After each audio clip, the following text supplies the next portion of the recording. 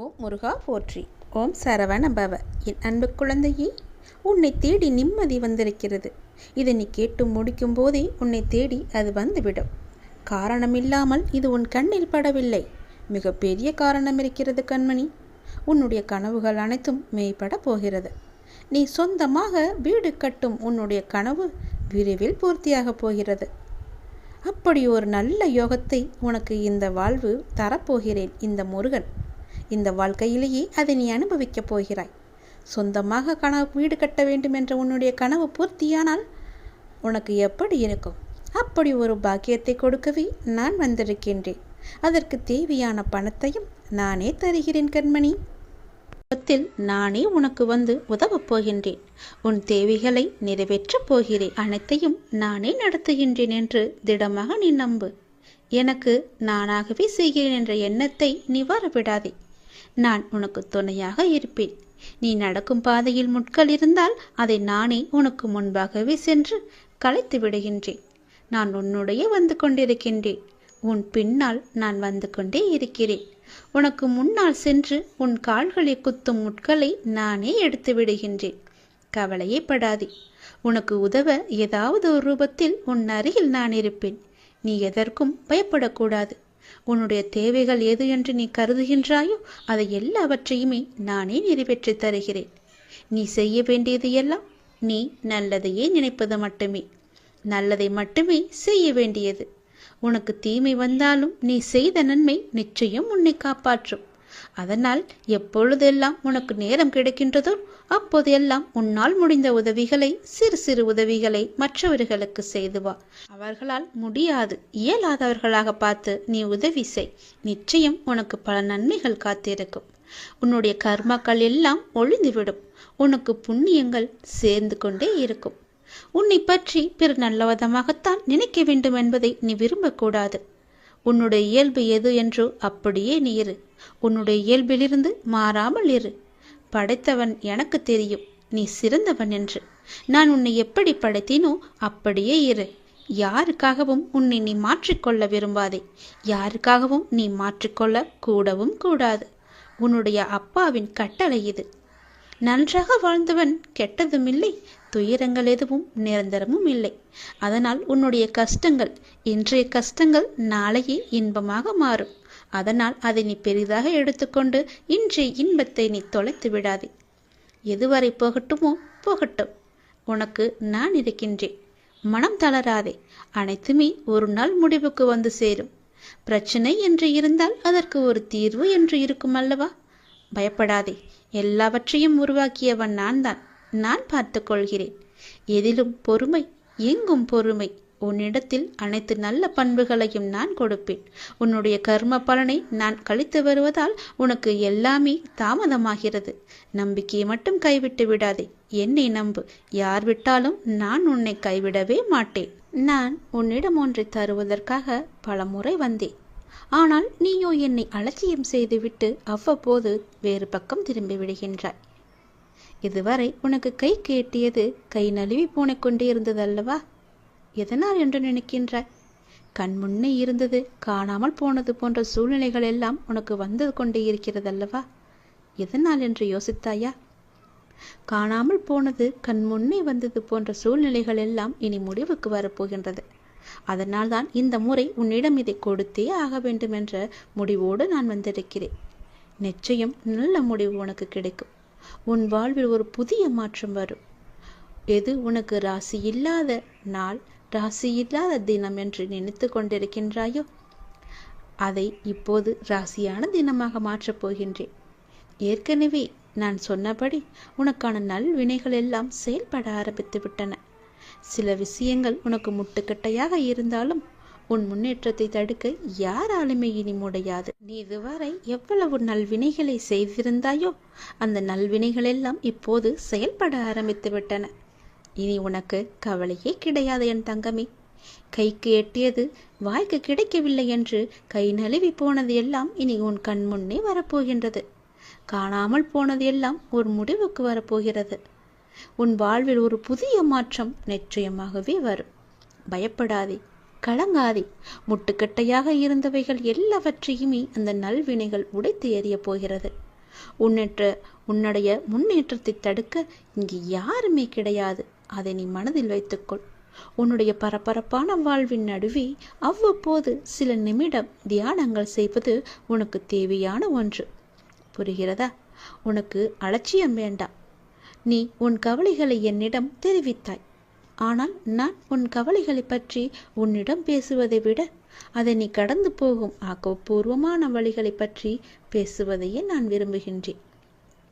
உன்னுடைய அனைத்து கவலைகளும் எனக்கு தெரியும். எல்லாவற்றையும் அறிந்தவன் நான். இந்த உலகில் எல்லாம் சரியானது போல் தோன்றும் போது நீ வேகம் எடுப்பாய். அது உன்னை இடறி விழச் செய்யும். ஆனால் நிதானமும் நீ செய்த தானமும் தான் உன்னை தாங்கிக் கொண்டிருக்கும். கவலைப்படாதே, அது உனக்கு மிக சக்தியாகவே இருக்கும். நிதானத்தில் இருக்கும்போது முடிவெடுக்க வேண்டும். நிதானம் தவறும்போது நீ தியானம் செய்ய வேண்டும். அப்படி இருந்தால்தான் நீ செய்யும் ஒவ்வொரு செயலுமே நன்றாக முடியும். எல்லாமே நல்லதாகவே நடக்கும். நிதானத்தோடு முடிவெடுக்கும் எல்லாம் நிச்சயம் வெற்றி பெறும். வேகமாக அவசரமாக எந்த ஒரு முடிவும் எடுக்கக்கூடாது. அதில் உனக்கு பெரிய ஆபத்து மட்டும்தான் நிறைந்திருக்கும். நான் சொல்வது புரிகிறதா? உன் வாழ்க்கை நிச்சயம் கிடைக்கும். புதிய மாற்றத்தோடு நல்வாழ்க்கையை உன்னிடம் நான் கொண்டு வந்து சேர்ப்பேன். நல்லது நடந்து கொண்டே இருக்கும். உன்னை விட்டு சென்றதெல்லாம் உன் கை வந்து சேரும் இந்த நல்லாளில். எப்படி தெரியுமா? நீ மகிழ்ச்சியாக இருக்கப் போகின்றாய். எப்படி தெரியுமா? உனக்கு துணையாக நான் இருக்கின்றேன். உனக்கு வேண்டியது எல்லாவற்றையுமே நான் கொடுக்கப் போகின்றேன். உன் கை நழுவி போனது எல்லாம் இன்று உன்னை வந்து சேரப்போகின்றது. காலை எழுந்ததுமே என்ன வாக்கு எனக்காக கடவுள் சொல்ல வந்திருக்கிறார் என்று பார்க்க வேண்டும். ஏனென்றால் உன்னுடைய மனம் எதையோ பறிகொடுத்தது போல இருக்கின்றதல்லவா? உன் மனதில் சில கவலைகளுடன் நேற்று உறங்கி போனாய். அதை கண்டு நல்ல செய்தியை சொல்வதற்காக நான் இப்போது ஓடி வந்திருக்கின்றேன். ஒவ்வொரு காலகட்டத்திற்கும் என்ன நடக்க வேண்டுமோ அதுதான் நடந்திருக்கின்றது. ஆனால் இது நிரந்தரமல்ல. இதுவும் மாறும். உன் மனதில் உள்ள அந்த சுமைகளை இறக்கி வைத்துவிட்டு அடுத்த நொடி உன்னுடையதாக இருப்பதற்கு அதை எப்படி நீ சிறப்பாக ஆக்கப் போகின்றாய் என்பதில் கவனத்தை செலுத்து. நான் உன்னோடு இருக்கின்றேன். அடுத்த நொடியை மகிழ்வுடையதாக மாற்றி காமிக்கப் போகின்றேன். உன் வாழ்க்கை என்னுடைய கையில் இருக்கிறது. உன்னை விட்டு போனதை பற்றி நீ கவலைப்பட்டு கொண்டிருந்தாய் அல்லவா? இனி அதற்கு கவலையே பட வேண்டிய அவசியமே இல்லை. உன்னை விட்டு சென்றதெல்லாம் உன் கை வந்து சேரும் நன்னாளாக இந்த நாள் மாறப்போகிறது. நீ மகிழ்ச்சியாக இருந்தாலும் அவ்வப்போது உன் மனதில் ஏதோ ஒரு பயம் ஓடிக்கொண்டே இருக்கின்றது. ஆனால் அது தேவையற்ற பயம். உன் வாழ்க்கையில் நல்ல மாற்றங்கள் ஒவ்வொன்றாக இனி நடக்க ஆரம்பமாகிவிட்டது. பயம் உனக்கு எதிர்மறை எண்ணங்களை மட்டும்தான் தரும். அந்த பயத்தை நீ தூக்கி எறிந்து விட்டால், உன் மனதில் நல்லதை மட்டுமே நினைத்து கொண்டிருந்தால், நேர்மறை வந்து குடி வந்துவிடும். உன்னுடைய மனதில் நேர்மறை வந்து விட்டால் அந்த இடத்தில் எதிர்மறைக்கு என்ன வேலை? உன் செயல்பாட்டை தடுக்கும் எதிர்மறையை உடனே அழித்துவிடு. உன்னுடைய பயத்தை முழுவதுமாகவே விட்டுவிடு. நல்லதை மட்டும்தான் நினைக்க வேண்டியது உன்னுடைய வேலை. உனக்கு பல வழிகளின் நன்மைகளை கொண்டு வந்து சேர்ப்பது என்னுடைய கடமை. உன் வாழ்க்கை நிச்சயம் மாறும். நீ வாழ்வை எப்போதும் குறை சொல்லாமல் நீ ஏற்றுக்கொள்ள வேண்டும். வினையை எப்போது நீ புரிந்து கொண்டாயோ அப்போதே உன்னுடைய வாழ்வில் பல மாறுதல்கள் நடக்க ஆரம்பித்து விட்டன. நீ விரும்பியபடி நடந்தால்தான் மகிழ்ச்சி இருக்கும் என்று நினைத்தாய். ஆனால் இப்போது உனக்கு அமைந்த வாழ்விலேயே நீ அனைத்து மகிழ்ச்சிகளையும் காணப்போகின்றாய். இடமாற்றம், வேலை மாற்றம் என நீ எதிர்பார்த்த பல மாற்றங்கள் நிகழப்போகிறது. நீண்ட நாட்களாக நீ கேட்ட ஒரு வேண்டுதலும் இந்த மாதத்தில் நிச்சயம் நிறைவேறும். நீ மகிழ்ச்சியாகவே இரு. உன் கைகூடி வரப்போகிறது உன்னுடைய ஆசைப்பட்ட வாழ்க்கை. அதை ஏற்றுக்கொண்டால் நல்லது உன் வாழ்வில் நடந்து கொண்டே இருக்கும். விதி என்று நீ எதையும் லேசாக விட்டுவிடக்கூடாது. இறைவனிடம் தொடர்ந்து நீ வேண்டிக் கொண்டே இரு. விதிக்கும் விதி விலக்கு என்று ஒன்று இருக்கிறது. அது இறைவனிடம் மட்டுமே இருக்கின்றது. இறைவனின் திருவடி பட்டதுமே உன்னுடைய தலையெழுத்து நிச்சயம் மாறும். இறைவனின் திருவடியை நீ விட்டு விடாதே. விதியையும் முறியடிக்கும் வல்லமை இறைவனின் திருவடிக்கு உண்டு. அதனால் அப்பா உனக்கு சொல்வது, செய்வது, நடப்பது, நடத்துவது என எல்லாமே உன்னுடைய நன்மைக்காக மட்டும்தான் என்பதை நீ மறந்து விடாதே. உன்னுடைய சில முயற்சிகள் கைகூடாமல் போனதற்கு கூட காரணம் நீ விதிதான் என்று எண்ணிக்கொண்டிருக்கின்றாய். அது தவறு. நீ உன் முயற்சியிலிருந்து பின்வாங்கிவிட்டாய். சிறிது தயக்கம் காட்டிவிட்டாய். அதனால்தான். முயற்சியிலிருந்து பின்வாங்காதே. எல்லா அனுபவ பாடங்களையும் கற்று நீ ஒரு பெரிய குறிக்கோளை மிக எளிதில் நிச்சயம் அடைவாய். நீ என்னுடைய திருப்பாதங்களை பற்றிக்கொள். உன் தலையெழுத்து இதுதான் என்று விட்டுவிடாதே. உன் தலையெழுத்து மாற்றும் பொறுப்பு என்னுடைய பாதத்திற்கு உண்டு என்பது உனக்கு தெரியாதா? அனுபவங்கள் தரும் பாடங்களை நீ மறக்கக்கூடாது. வரும் நாட்கள் உனக்கு மிகவுமே மகிழ்ச்சிகரமான நாட்களாக இருக்கும். எப்போதும் நீ கோபம் கொள்ளாதே. உன்னுடைய கோபமே உனக்கு பெரிய இடைஞ்சலாக இருக்கிறது, தடையாக இருக்கிறது. அந்த நீ கோபத்தை எடுத்துவிட்டால் போதும், நீ கேட்ட அனைத்துமே உனக்கு நிச்சயம் கிடைக்கும். என் பேச்சை நீ கேட்கும் வரை உனக்கு எல்லாம் நல்லதே நடக்கும். நீ நல்ல பிள்ளையாகத்தான் இருக்கப் போகின்றாய். நல்ல பிள்ளையாகத்தான் இருந்து கொண்டும் இருக்கின்றாய். நல்ல பிள்ளையாகவே இப்போது நீ முயற்சி செய்து பார். எப்போது நீ முயல்கின்றாயோ அப்படியே அப்போதே அந்த நொடியே இரு நன்மைகள் உன்னை தொடர்ந்து கொண்டே வரும். நல்லதொரு மாற்றம் நிரந்தரமாகவே உன் வாழ்வில் வரும். பல நல்ல நல்ல செய்திகள் எல்லாம் உன்னை உன் செவி வந்து சேரும். அந்த நல்லதொரு மாற்றத்தை நீ எதிர்பார்த்ததை விட பல மடங்கு உன் கையில் வந்து கிடைக்கும். பல மடங்கு நன்மையும் சந்தோஷத்தையும் அள்ளித்தரப்போகிறது. அல்ல குறையாத சந்தோஷத்தை நீ அனுபவிக்கப் போகின்றாய். இது உன் அப்பாவின் வாக்கு. எப்பொழுதுமே நன்மையை மட்டும் செய்யும் உனக்கு நல்லது மட்டும்தான் நடக்கும். இருந்தாலும் ஏதோ ஒரு சில பயத்தால் விதியின் மீது நீ பழி போட்டு கொண்டிருக்கின்றாய். அந்த விதியை முறியடிக்கும் வல்லமை எனக்கு இருக்கிறது என்று நீ எப்போது நம்புகின்றாயோ அப்போதே உன் வாழ்வில் வெற்றி என்ற தீபத்தை நான் ஏற்றி விடுவேன். விதியை நீ முறியடித்து காமிக்க வேண்டும். விதியை முறியடிக்கும் வல்லமை என் திருவடி இருக்கிறது. என் திருவடியை நீ பற்றிக்கொள், இறுக பிடித்துக்கொள். உன் விதியை உன்னால் நிச்சயம் முறியடித்து காமிக்க முடியும். இது உன் அப்பாவின் மீது சத்தியம். நீ முயற்சி செய். உன் வாழ்க்கை மாறும். புதிய மாற்றங்கள் வரும். நல்லதொரு வாழ்க்கை உன் கையில் கிடைக்கும். நீ ஆசைப்பட்ட மாதிரியே உன் வாழ்க்கையை நீ சந்தோஷமாக வாழலாம். உனக்கு நிறையவே பிரச்சனை இருக்கிறது. எதை சொல்லி எங்கே போய் அழுவது என்று தெரியாமல் நீ தினமும் புலம்பி தவித்து கொண்டிருக்கிறாய். எனக்கென்று யாருமே இல்லையே, நீங்களும் இருக்க மாட்டீர்களா அப்பா என்று என்னிடமே நீ கேட்கிறாய். உனக்கு யார் இல்லை? எல்லோருமே இருக்கிறார்களே. நீதான் அவர்களை புரிந்து கொள்ளவில்லை. யார் என்று சொல்கிறேன் தெரியுமா? அந்த கடவுளை தான் சொல்கிறேன். உனக்காக அம்மாவாக அந்த அம்மன் இருக்கிறார். அப்பாவாக அப்பன் ஈசன் இருக்கிறார். குருவாக நானும் இருக்கிறேன். உனக்காக எல்லோருமே இருக்கும்போது, உனக்காக அந்த கடவுள்களே இருக்கும்போது நீ ஏன் எனக்கு யாருமே இல்லை என்று சொல்கிறாய்? உன் கவலையை போக்க அந்த படைத்த இறைவன் எங்களுக்கு தெரியாதா? உன் பிரச்சனை என்ன என்பது எங்களுக்கு தெரியாதா? உன் பிரச்சனையை கேட்பதற்கு எவரும் இல்லை என்று நீ கவலைப்படாதே. உங்களுக்காக உனக்காக நாங்கள் எல்லோருமே இருக்கிறோம். எந்த பிரச்சனையாக இருந்தாலும் சரி எங்களிடம் சொல், உடனே நாங்கள் தீர்வு கொடுக்கிறோம். உனக்காக, என்னுடைய குழந்தைகளுக்காக நாங்கள் எது வேண்டுமானாலும் செய்வோம். உன்னை படைத்தது யார் என்று நினைக்கிறாய்? உன்னை படைத்தது நாங்கள்தான். எங்களுக்கு தெரியாதா? நீ எங்கு, எப்போது, எப்படி பிறக்க வேண்டும், யார் வயிற்றில் பிறக்க வேண்டும், யார் உனக்கு அப்பாவாகவும் அம்மாவாகவும் இருக்க வேண்டும் என்று எங்களுக்கு தெரிந்துதான் நான் உன்னை படைத்தேன். நாங்கள் உங்களுக்கு செய்வது எல்லாமே நன்மையாகத்தான் இருக்கும். அதனால்தான் இவர்களுக்கு உன்னை பிள்ளையாக படைத்தேன். இப்போது நடந்தது, இதற்கு முன்பு நடந்தது, இனிமேல் நடக்கப் போவது எல்லாமே எங்களுக்கு தெரிந்துதான் நடக்கிறது என்பதை நீ ஏன் மறந்துவிட்டாய்? உன்னுடைய கவலைகளை பற்றி எங்களுக்கு தெரியாதா? உன்னுடைய பிரச்சனைகள் எல்லாமே தீரும் நேரத்தை நீ நெருங்கிவிட்டாய். நீ இதுவரை அனுபவித்தது பூர்வ ஜென்ம, முந்தைய ஜென்ம கர்மாவின் பலன்தான். மிச்சம் இருந்தது, அது இப்போது முழுவதுமாகவே தீர்ந்துவிட்டது. இன்னும் நான் உனக்கு நிறையவே கொடுக்கப் போகிறோம். அதை பெறுவதற்கு நீ தயாராக இரு. என்ன கஷ்டத்தை கொடுக்கப் போகிறீர்களா என்றுதானே நீ கேட்கிறாய்? அவ்வளவு சோதனைகளை நீ தாங்கி இருக்கிறாய், அவ்வளவு பிரச்சனைகளை நீ பார்த்து இருக்கிறாய். கவலைப்படாதே. இனி வருவது உனக்கு பிரச்சனை அல்ல, உனக்கு கவலையும் அல்ல, உனக்கு சந்தோஷம்தான். உன்னுடைய பிரச்சனைகள் எல்லாமே முடிந்து விட்டது. அதற்கு தீர்வும் நீ கண்டுவிட்டாய்.